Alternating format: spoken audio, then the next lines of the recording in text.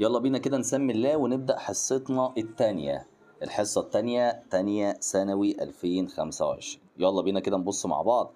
كان عندنا طبعا فيربو اسر، صح كده؟ الأسئلة اللي كانت عليه أول واحدة طبعا عندنا هنا إيه؟ عندنا تو، فهتبقى سي. ركز معايا تمام عشان لو كان في بعض الأخطاء كده البسيطة اللي عند أي حد يقدر إن هو ياخد باله منها. طيب بعد كده هنا عندنا إيه؟ سونو. سونو بتيجي مع إيه ومفيش غيرها. ماشي. فوي بتيجي معاها السياتي. بوب ومعاها كوما، خلي بالك ان هي معاها كوما فهنا طبعا تبقى تو فتبقى سي.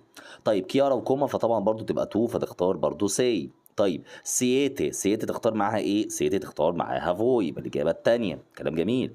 طيب نيجي بعد كده نوي. نوي طبعا عندنا هتبقى ايه؟ هتبقى سيامو، الاجابه الاولى.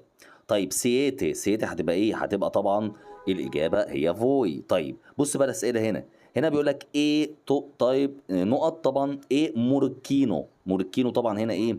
مفرد مذكر صح، فتبقى لوي، مفيش غيرها اصلا بتيجي مع ايه يعني عموما. طيب سونو. طيب اما اجي ابص في الاختيارات عندي ايه ولورو، طالما ايه ولورو يبقى هبص على ايه؟ على بعد سونو. لقيت ايطالياني ده جمع يبقى لورو. حلو. اللي بعدها كده سونو ايطاليانا مفرد، ليه في ايطاليانا يبقى ايو. علي ومعاها كوما، طالما علي وكوما فكده يبقى ايه؟ يبقى تو، صح كده؟ يبقى ايه؟ يبقى تو. طيب انهي الايه الاجابه الصح؟ هتبقى سي. ماشي. دييجو معاه كوما برضه هيبقى ايه؟ هيبقى تو فتبقى سي. ماشي. طيب بعد كده عندنا سينيور وكوما. ثواني بقى، دي صيغه الاحترام هيبقى ضمير لي، فنختار طبعا الاجابه الاخيره. صفحه 17 سونو. طيب عايزه ايو وعايزه لورو، الاثنين موجودين في الاختيارات. طيب بعد كده في جراي وبوب يبقى لورو. حلو كده، يبقى ايه؟ يبقى لورو اهي. كلام جميل. اللي بعد كده عندنا ايه؟ قال لك سونو نقط قصدي سياتي. سياتي تبقى عايزه ايه؟ تبقى عايزه فوي. خلاص كلام جميل. طيب نقط هنا سيامو. سيامو عايزه ايه؟ عايزه نوي، يبقى نختار نوي. طيب حميد لو يولاي يبقى ايه؟ ماشي. طيب بص اللي جايه دي 33 بقى من الاسئله الجميله قوي. ماشي. هنا عندنا نقط ايه باولو سيامو. بص بقى خلي بالك، في هنا ايه؟ سيامو صح. هتقولي سيامو عايزه نوي، طب هو مفيش نوي. طب ايه الضمير اللي ممكن تحطه مع باولو يديك ايه؟ يديك نوي، هو ايو. حلو كده، هو ايو. طب اللي بعدها في سيتي. سيتي مع فوي يبقى عايزه ايه؟ عايزه تو، مفيش غيرها، عشان تو زائد اسم تديك فوي اللي هي سيتي. طيب اللي بعدها عندنا ايه؟ نقط ايه كيارا سونو. طب سونو دي جايه مع ايه؟ بص اللي بعدها جاي ايه؟ طبعا جمع صح، يبقى كده عايز لورو. انهي الحاجه الوحيده اللي في الاختيارات لو حطيتها تبقى لورو؟ هي لي. لي عشان تديك لورو صح. تعالى كده حط الاولى. لو ايو هتبقى ايه؟ نوي، مش هينفع. لو حطينا نوي هتبقى نوي، ولو حطينا تو هتبقى ايه؟ فوي. فما فيش غيرها الاخيره هي اللي تنفع. سينيور روسي طبعا ده اسم مفرد او صيغه الاحترام طبعا، فهتبقى ايه. طيب اللي بعد كده عندنا ايه؟ عندنا كيارا واليسيا. كيارا واليسيا ده طبعا ده كده ايه؟ جمع. جمع ومعاهم كوما يبقى فوي، يبقى اختار سياتي. ماشي.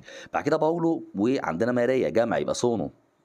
ماشي. سونو ايطالياني يبقى لورو لان في جمع. طيب ايو ايتو انا وانت يبقى نحن نوي. نوي عايزه سيامو. ماشي. اميتشي وكوما جمع وكوما. جمع وكوما يبقى ايه؟ يبقى طبعا هيبقى فوي. فوي عايزه سيتي. ماشي. طيب بعد كده رقم 42 لوي إلي. لوي ولي هو وهي. هو وهي طبعا هيبقى ايه ساعتها؟ هنا هيبقى لورو. لورو طبعا الاجابه هتبقى ايه؟ هتبقى طبعا هتبقى سونو. اوكي. ده كده بالنسبه لحل الواجب صفحه 16 و17. تمام يا شباب. نيجي نبص بعد كده مع بعض على الاسماء او كده الاسماء. تمام. المفرد المؤنث. الأسماء المفرد المؤنث تمام التي تنتهي بحرف الإي. حلو. خلاص احنا حفظنا المفرد المذكر وما عندناش فيه مشكلة والدنيا جميلة وزي الفل. طيب عايزين نتكلم على ايه بقى؟ المفرد المؤنث، وخلي بالك اهو اللي بتنتهي بحرف ايه؟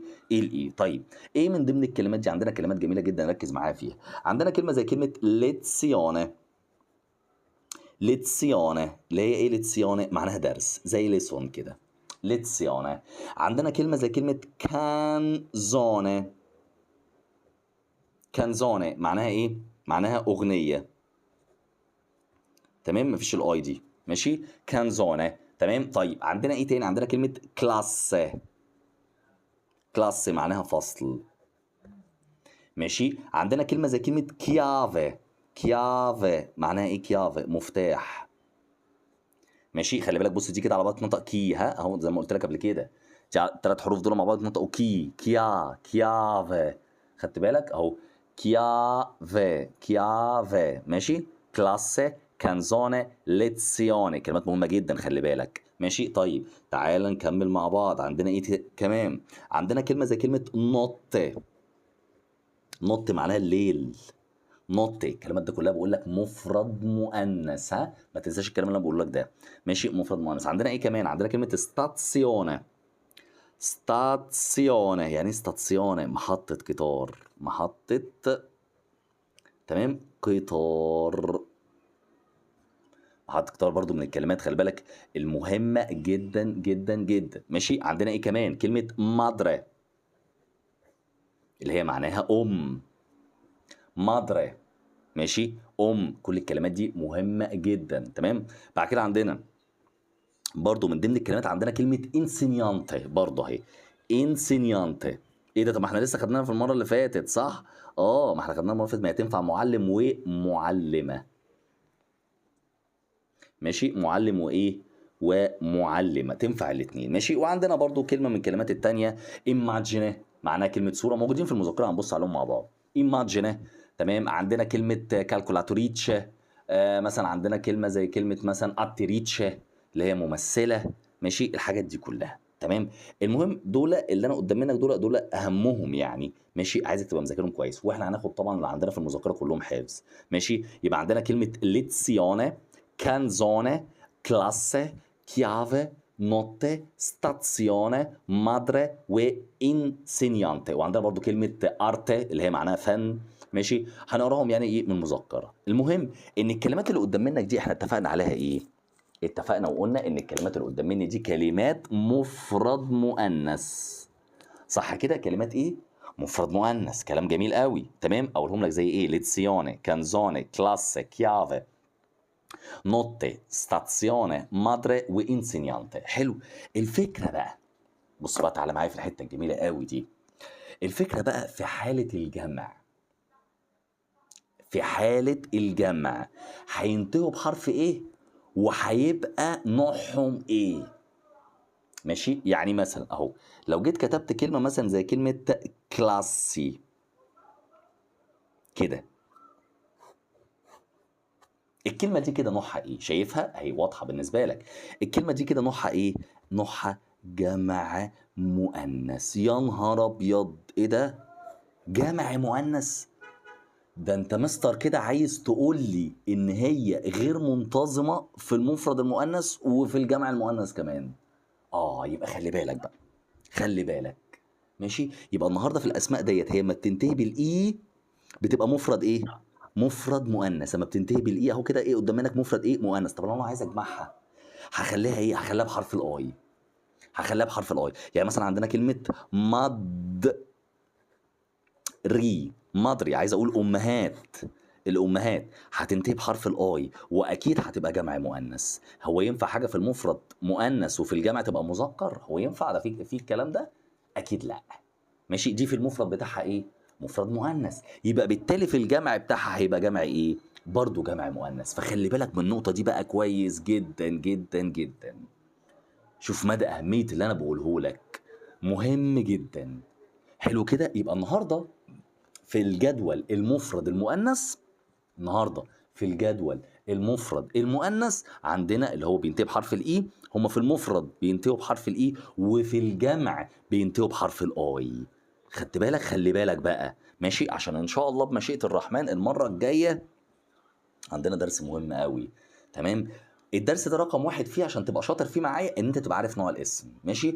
هسميكوا بقى، بص اقول لكم ايه كده، يعني اقول لكم ايه، يعني بص متفوقين المتفوقين، متميز المتميزين.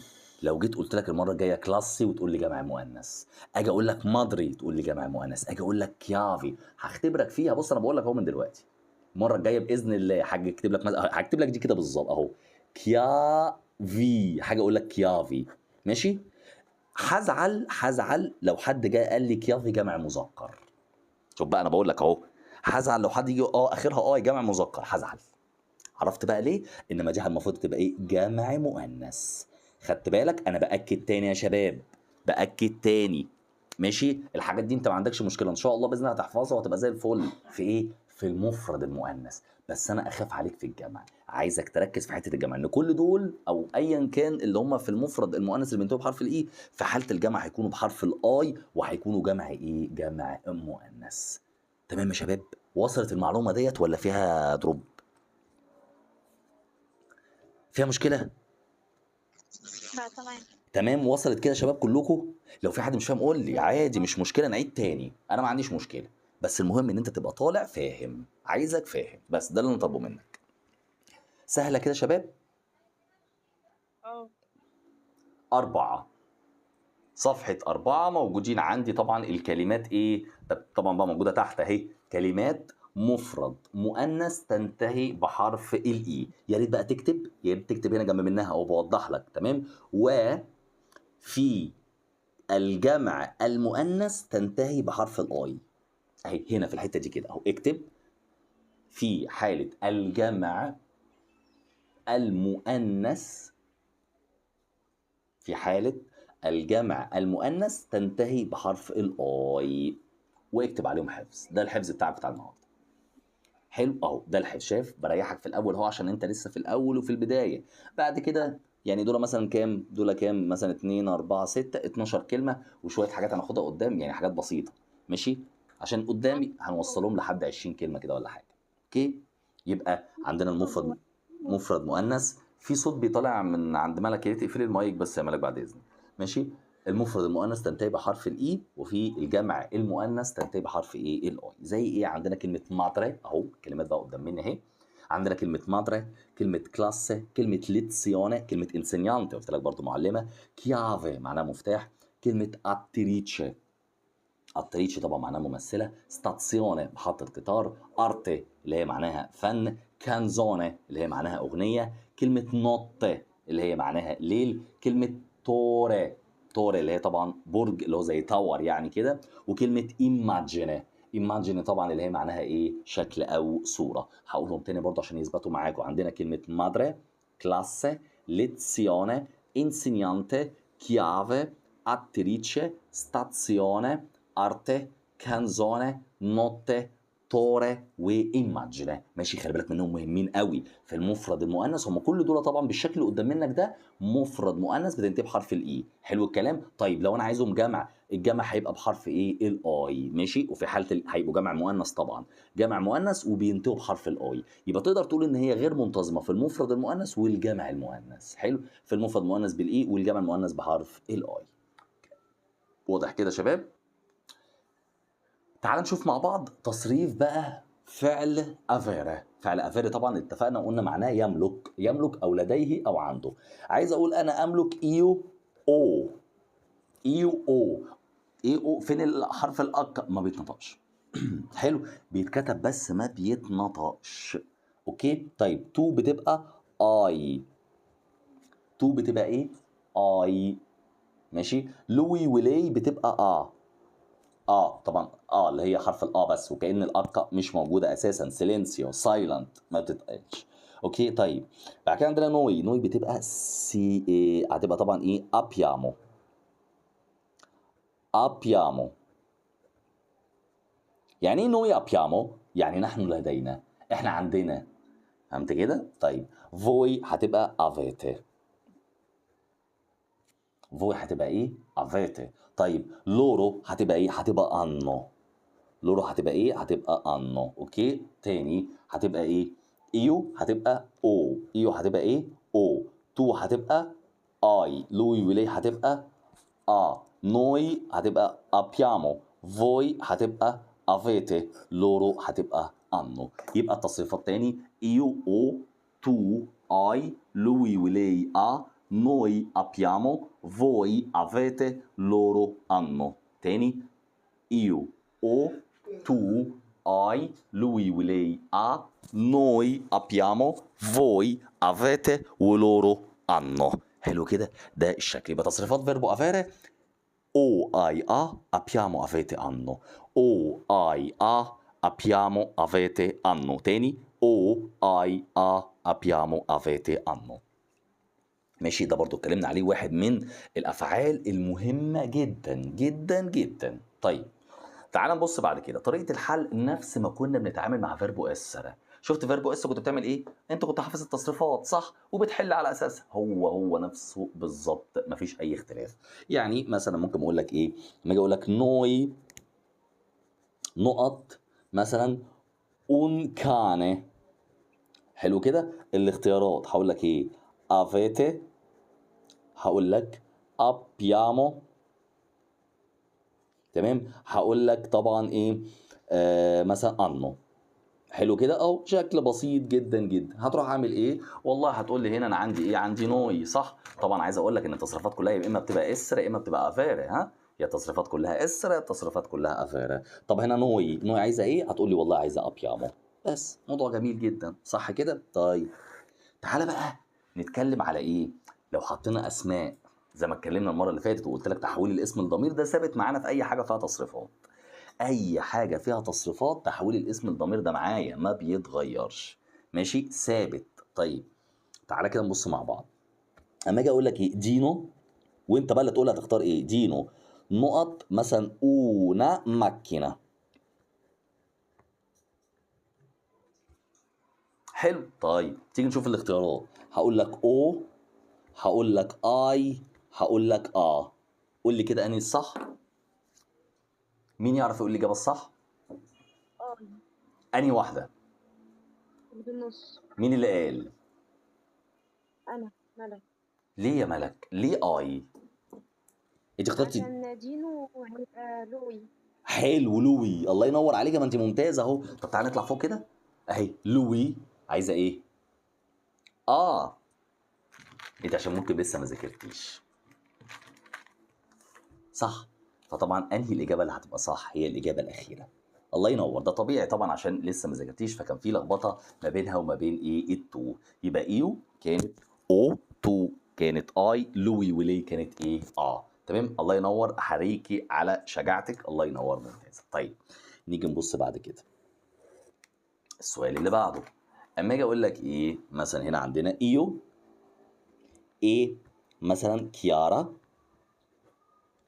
نقط مثلا اون، طبعا ايه؟ او اونا كازا. الاختيارات حاجه اقول لك ابيامو، هنا افيتي، واخر حاجه هي اي. مين يختار الاجابه الصح؟ أنا يا مستر هتبقى بيامو أو الله، ايه ده ايه ده ايه ده ايه ده في بقى تشجيع كده جامد وخلاص الله ينور. طيب قولوا لي واحده واحده، طيب فهمونا عشان انا ما سمعتش. أبيامو أول واحدة لأن إيو كيارا يعني نحن، اللي هي بتساوي نوي والنوي بتاخد أبيامو عشان كده تبقى أول واحدة. الله ينور عليك، ممتازه. نوران رايك كده ولا ايه الدنيا يا نوران؟ أيوه ما أنا قلتها في الأول. الله ينور عليك، وانا سامعك على فكره، انا سامع ومركز كويس. الله ينور عليكم انتوا الاثنين وعليكم كلكم حقيقي، يعني حقيقي بجد حاجه مشرفه جدا وحاجه ممتازه. وبالمستوى اللي انتوا فيه ده انتوا لكم مستوى، بص مشرف، مستوى عالي قوي ان شاء الله. بالمستوى اللي انا شايفكم فيه كده انتوا كلكم، لا حاجه بجد مشرفه جدا، ربنا يوفقكم يا رب. اوكي طيب دلوقتي تعال نبص عليه من المذكره.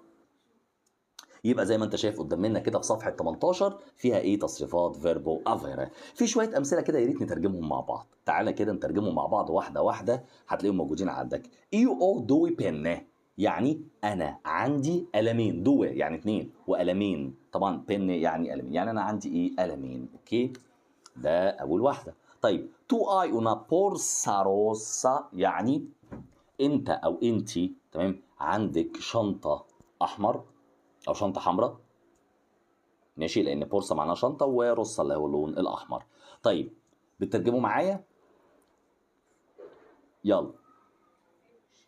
عندنا في رقم 3 لوي una borsa nuova، يعني هو عنده شنطه جديده.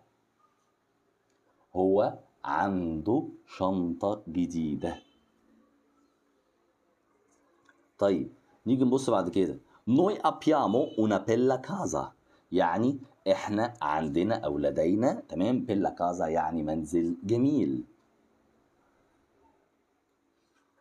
بعد كده عندنا في رقم اللي قبل الاخيره عندنا voi avete una، طبعا ايه، بيلا ماكينه. ماشي، ماكينه هنا المفروض اخرها ها اخرها حرف ماشي، يعني انتم لديكم او انتم عندكم عربيه جميله. انتم لديكم او عندكم عربيه جميله. بعد كده عندنا الاخيره لورو انو امبيلكانا، يعني هم عندهم او لديهم طبعا ايه، كلب جميل. ماشي، هم لديهم كلب ايه، جميل. دي بعض التصريفات البسيطة. وما تنساش ما تنساش مع الجزئية ديت انت مذاكر تحويل الاسم الى ضمير. احب اراجع عليه تاني. ماشي، اهو برضو التكرار بايه، بيعلم الشطار، صح كده، التكرار حلو.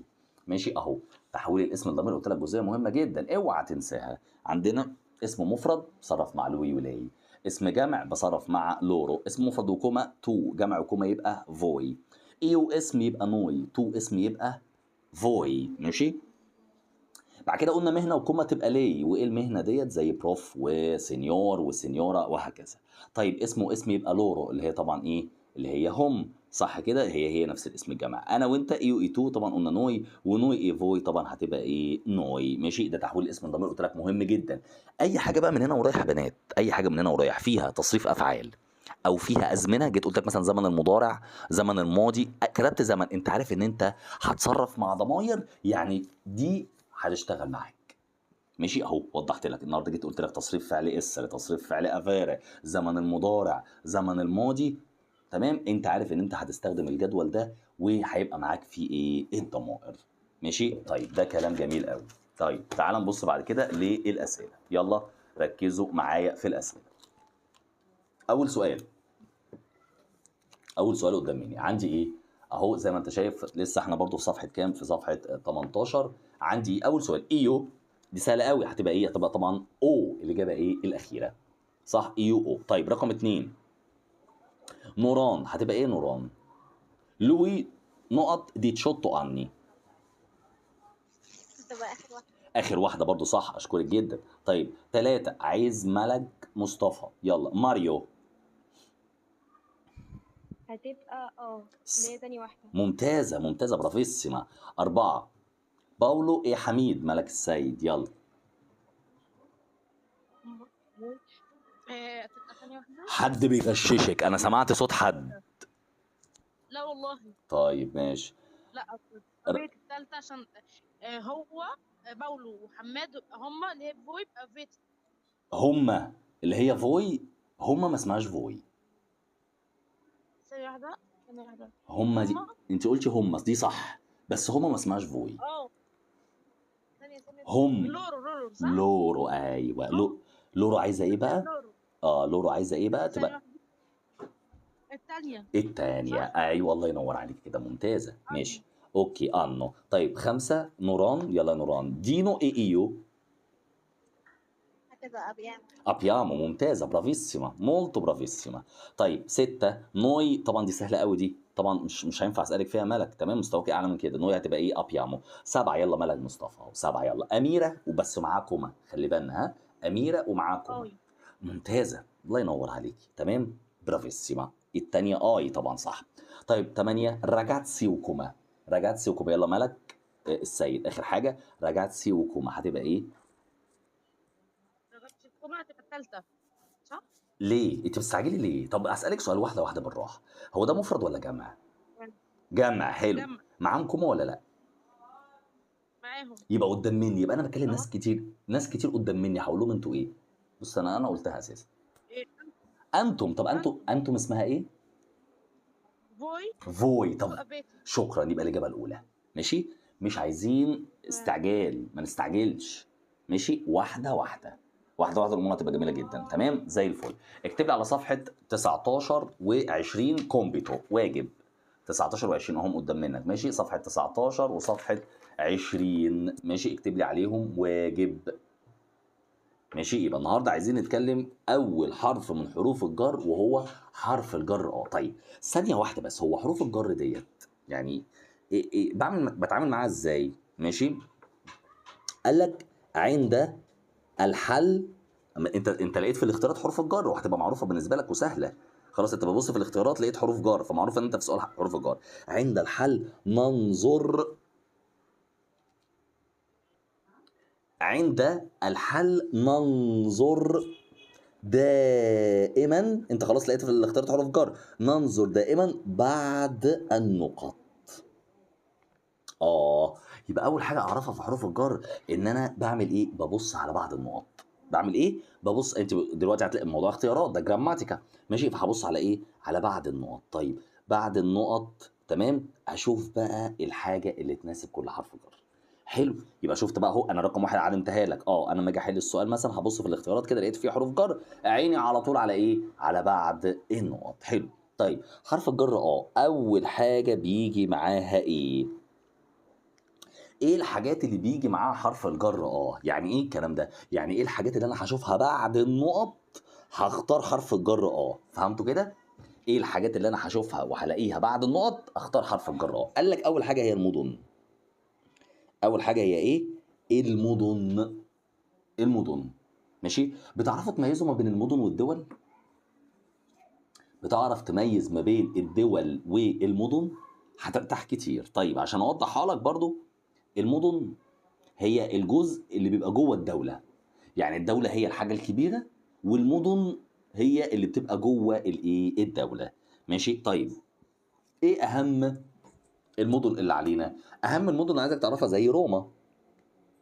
روما تمام، روما اللي هي طبعا عاصمة ايه؟ عاصمة ايطاليا. تمام. في نابولي. نابولي برضو مدينة فين؟ في ايطاليا. عندنا ميلانو. ميلانو برضو دي في ايطاليا ماشي. عندنا واحدة من المدن المهمة اللي هي عندنا باريجي. باريجي ايه باريجي دي؟ اللي هي باريس. باريجي ماشي.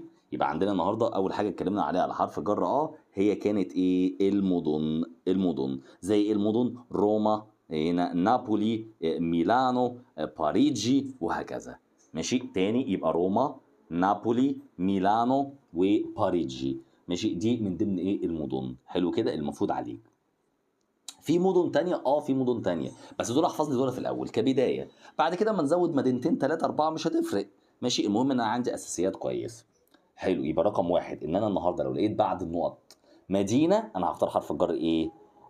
طيب ده كلام جميل. اللي بعدها ايه؟ اللي بعد كده قال لك قبل الفعل المصدر. قبل ايه؟ قبل الفعل المصدر. طب ما انت عارف ان الفعل المصدر هو الفعل اللي بينتهي بايه؟ بآر او اير او اير، صح كده؟ عايز اقول لك يعني ان حرف الجر بيجي قبل الفعل المصدر.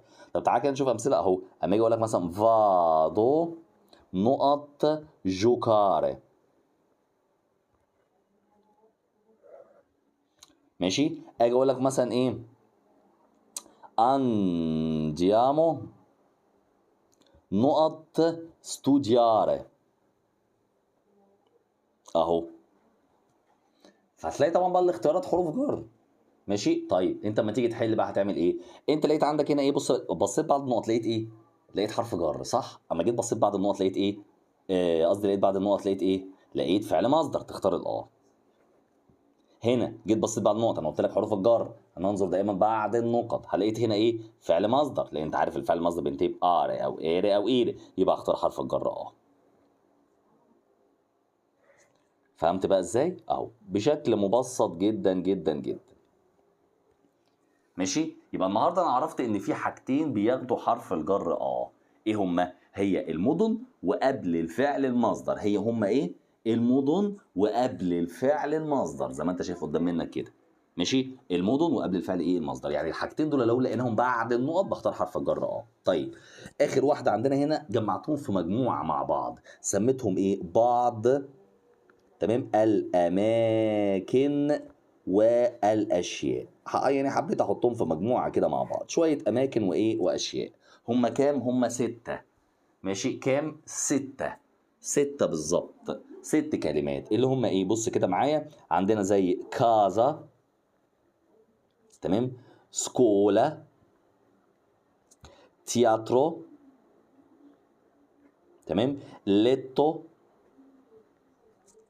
una festa، واخر حاجه كلمه بيدي،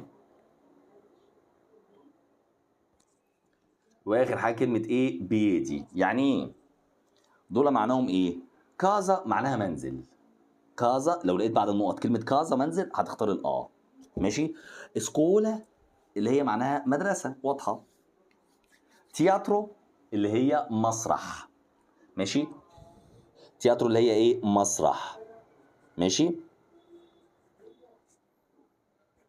ليتو معناها سرير، ليتو معناها ايه؟ سرير. اونا فيستا، شايفينها واضحه ولا لا؟ اهي اونا فيستا، ماشي، اونا فيستا. يعني ايه اونا فيستا؟ حفله او عيد، حفله. هنا بيدي، بي اي اي دي اي، دي اخرها اي، دي ها دي اي عشان مش واضحه، ماشي. بيدي، تمام، معناها ايه؟ معناها الاقدام. ايه ده؟ طب وايه علاقتها دي؟ اما اجي اقول لك بيدي، بيدي معناها سيرا على الاقدام. فهمت ازاي؟ يعني الكلمتين على بعض معناهم ايه؟ بيدي اللي هي سيرا على الاقدام، سيرا على الاقدام. حلو كده؟ في حاجه صعبه؟ اهي سهله، سهله جدا جدا جدا، صح كده؟ ده اللي بيجي مع حرف الجر ايه رايكم بقى؟ ده اللي بيجي مع حرف الجر ايه؟ حرف الجر سهله ولا صعبه؟ اهو موضوع سهل جدا بسيط، بس محتاج مذاكره، ماشي. اهو محتاج مذاكره طبعا اكيد بشكل كويس. يبقى تاني اما نيجي نقول تاني ايه الحاجات اللي بتيجي مع حرف الجر يعني ايه برضه عشان اوضح لك اكتر. بص انا قاعد عمال افهمك عشان المعلومه توصل لك بسهوله. يعني الحاجات دي كلها لو لقيتها بعد النقط، عشان قلت لك عند الحل ننظر دائما بعد النقط في حروف الجر. اما قلت لك الحاجات دي اما تلاقيها بعد النقط هتعمل ايه؟ هتختار ايه هي الحاجات دي؟ قلت لك المدن، لو لقيت اي مدينه، روما، ميلانو، نابولي، باريجي، تمام، وفي عندنا بيروجيا وسيينا، بس دول ذاكر لي دول الاول، دول اهم حاجه. هنتكلم برضو على شويه المدن بس قدام شويه، ماشي. قبل الفعل المصدر. طب ما انت عارف ان الفعل المصدر هو الفعل اللي بينتهي بايه؟ باره او ايره او ايره. يعني ايه؟ يعني لما اجي ابص بعد النقط لقيت فعل مصدر انا بختار حرف الجر اجي ابص بعد النقط لقيت حرف فعل مصدر يبقى اختار حرف الجر ايه؟ وقال لك بعض الاماكن والاشياء. ايه هي بعض الاماكن والاشياء؟ كازا، سكولا، تياترو، ليتو، una festa، بيدي.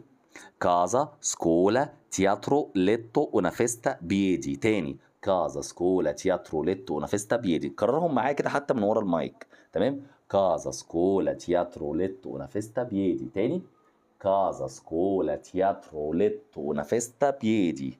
حلو اهو، كازا، سكولا، تياترو، ليتو، una festa، وبيدي. كل دول او الست كلمات دول هم من ضمن الكلمات اللي بتاخد حرف الجر يعني لو الست كلمات دول لقيت واحده منهم بعد النقط انا بختار حرف الجر ايه؟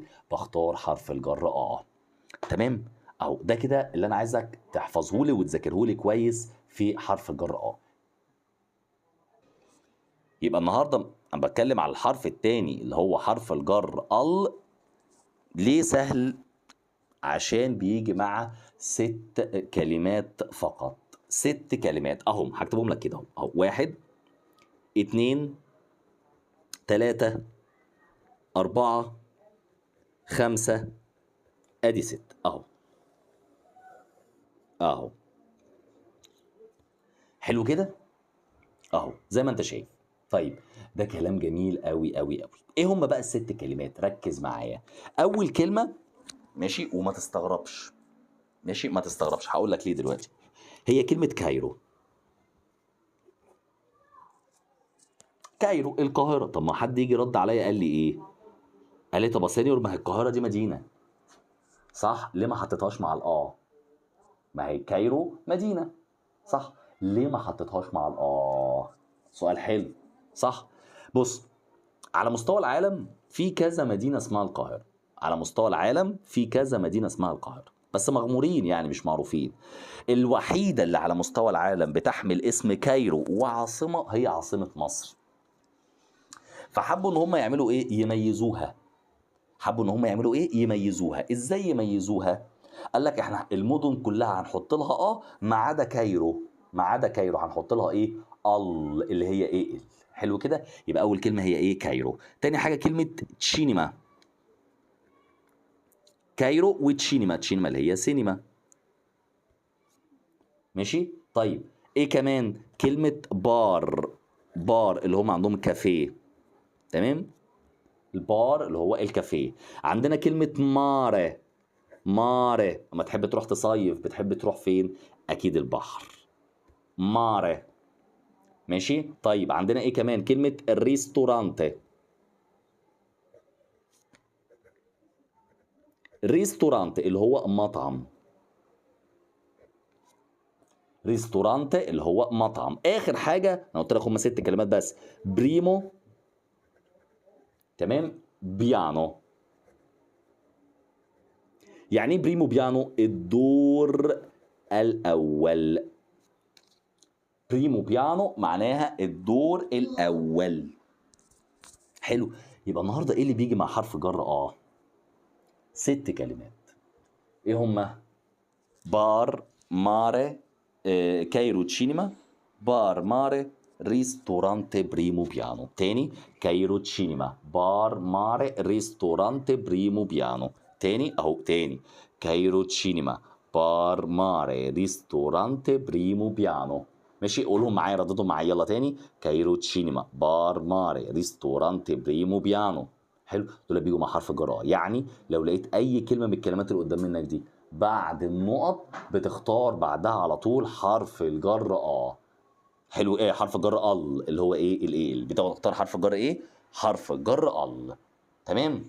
في حاجه صعبه؟ ايه اللي بيجي مع حرف الجر كايرو تشينيما، بار ماري ريستورانتي بريمو بيانو.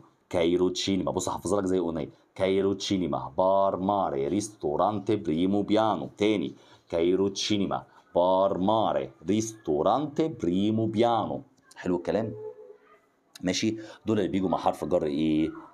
ماشي. وده اللي هنكتفي بيه من حروف الجر اللي هو حرف الجر ادي اهو، وادي حرف الجر ماشي. هما الاثنين دول بس اللي انا عايز اتكلم عليهم النهارده. تذاكرهم لي بقى كويس. ماشي. تذاكرهم كويس عشان المره الجايه اجي برضو اكمل حرف كمان من ضمن حروف الجر وهكذا لحد ايه اما نخلصهم. المهم ان حروف الجر لازم تتجزأ، ما ينفعش كلها تتاخد ايه مره واحده مع بعض. تمام يا شباب. طيب كلام جميل قوي. بعد ما خلصنا الجزئيه ديت عندك في المذكره. تمام. عندك هنا في الصفحه الاخيره او في السكتش بتاعك اهو. هنا كده عندك في الصفحه الاخيره زي ما انتم عارفين اهو. في الصفحه الاخيره قدام منك ديت هتكتب طبعا احنا المفروض النهارده في الحصه الثانيه هتكتب تاريخ النهارده 12/9. شايف انت بتكتب هنا اهو ماشي. هتكتب كده اهو 12/9. ماشي. 12/9/2024. حلو كده. طبعا الحصه الثانيه. تمام. الحصه ايه الثانيه. اوكي. طيب اول حاجه هنكتبها حفظ كلمات صاد 4. صح. هي بتاعت المره اللي فاتت ما عملناش اي اختلاف. حفظ كلمات صاد ايه؟ صاد 4. كلام جميل. ماشي. طبعا لو انت عايز تحدد لنفسك المفرد المؤنث او الجدول الاخير. ماشي. المره الجايه بقى هيبقى في اسئله بقى او ايه نقعد نتكلم مع بعض شويه الاسئله بتاعت الاسماء عموما بقى. اقول لك حدد لي الاسم ده نوعه ايه وحدد لي الاسم ده نوعه ايه وهكذا. طيب تعالوا نكمل. بعد كده هتكتب لي مذاكره. تمام. فعل افير. مذاكره ايه؟ فعل افير. عايز تعرف صفحه كام؟ صفحه 18. ماشي. اللي بعد كده هتكتب لي مذاكره حرف الجر وال. مذاكرة حرف الجر ايه؟ وال. ماشي. الواجب حل صاد. احنا اتفقنا اللي هم 19 و20. ماشي. ده اللي عليك واجب. بص انا بادئ معاك بدايه هاديه بدايه حلوه عشان انا عارف انت لسه برضو ما دخلتش في ايه في مود المذاكره ولسه مريح شويه، فبحاول اديك حاجات كويسه وفي نفس الوقت برضو احنا مش ماشيين بشكل بطيء. ماشي. هتشوف نفسك باذن الله هيجي عليك امتحان الشهر انت هتلاقي نفسك مراجع على منهج سنه اولى ومخلص الوحده الاولى اللي هتبقى عليك في الامتحانات.